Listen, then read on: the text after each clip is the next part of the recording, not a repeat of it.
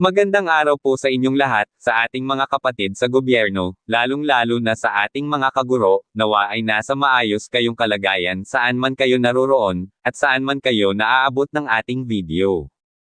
Isang napakagandang balita po para sa ating mga kawani, dahil confirmed na po, ang ating Service Recognition Incentive or SRI, naglabas na po ng administrative order para dito. Para sa buong detalye, panoorin ang bidyong ito.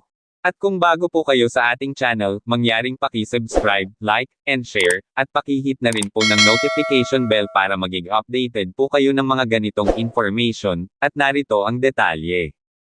Administrative Order Number 12. Authorizing the grant of service recognition to government employees for fiscal year 2023.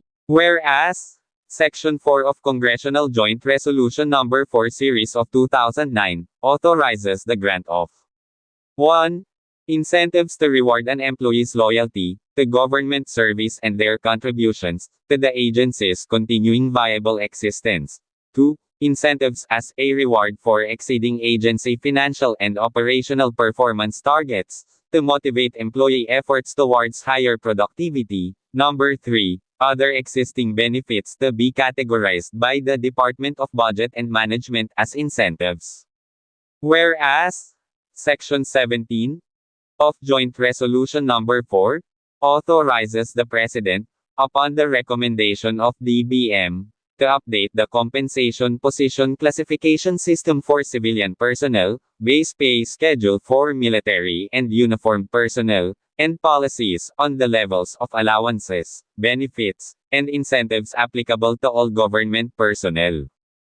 Whereas, Administrative Order Numbers 19, 37, 45, and AO Number 1 Series 2022, authorized the Service Recognition Incentive to government employees for fiscal years 2019, 2020, 2021, 2022 respectively, in recognition of the hard work, commitment, and dedication for public service of government personnel, and whereas, the administration recognizes all government employees for their collective and their invaluable contribution to the government's continuing efforts in pursuing the objectives, commitments, targets and deliverables under the Philippine Developmental Plan 2023 to 2028 and the President's 8-point socio-economic agenda.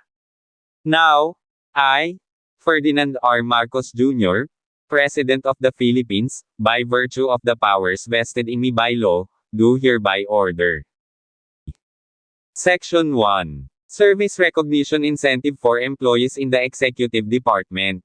This order authorizes the grant of a one-time Service Recognition Incentive or SRI, at a uniform rate not exceeding 20,000 pesos for each of the following personnel in the executive branch. A. Civilian personnel in national government agencies, including those in state universities and colleges, and government-owned or controlled corporations, occupying regular, contractual or casual positions. And B. Military personnel of the Armed Forces of the Philippines under the Department of National Defense.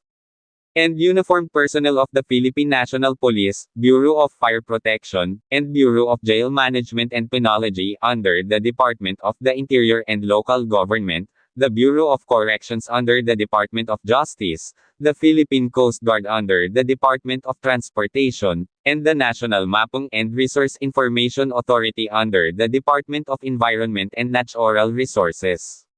Section 2. Conditions on the grant of the SRI. The grant of the SRI shall be subject to the following conditions. A. The civilian personnel are occupying regular, contractual or casual positions. B. The personnel are still in government service as of November 30, 2023. C. The personnel have rendered at least a total or an aggregate of 4 months of satisfactory service as of November 30, 2023, inclusive of services rendered under any of the alternative work arrangements prescribed by the Civil Service Commission. D. Those who have rendered less than a total or an aggregate of 4 months of satisfactory service as of November 30, 2023 shall be entitled to a prorated SRI.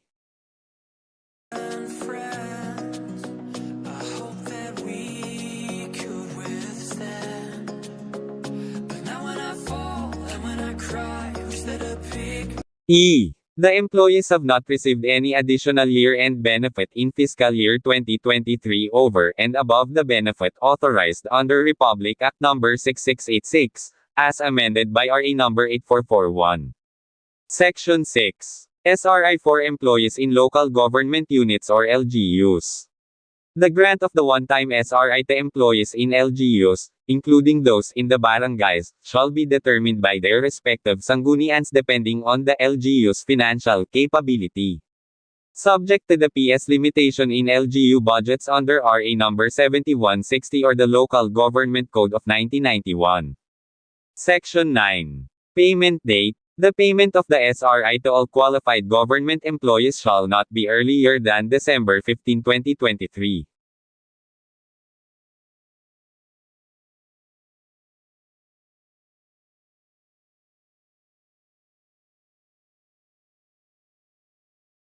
There you go mga kabaro, ito na po ang pinakahihintay na information nating lahat, tiyak na magiging merry ang Pasko nating lahat dahil sa blessings para sa ating mga kawani.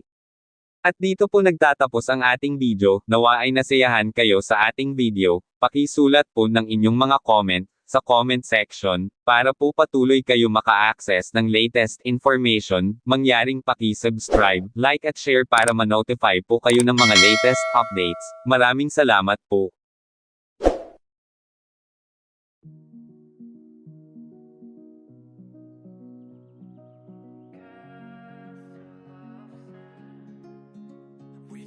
This castle of sand, we hear the rush in the wind. Yeah, we were closer than friends. I hope that we could withstand. But now when I fall and when I cry, who's there to pick me up? When all of my tears are running dry, who'll take me back to the top? The way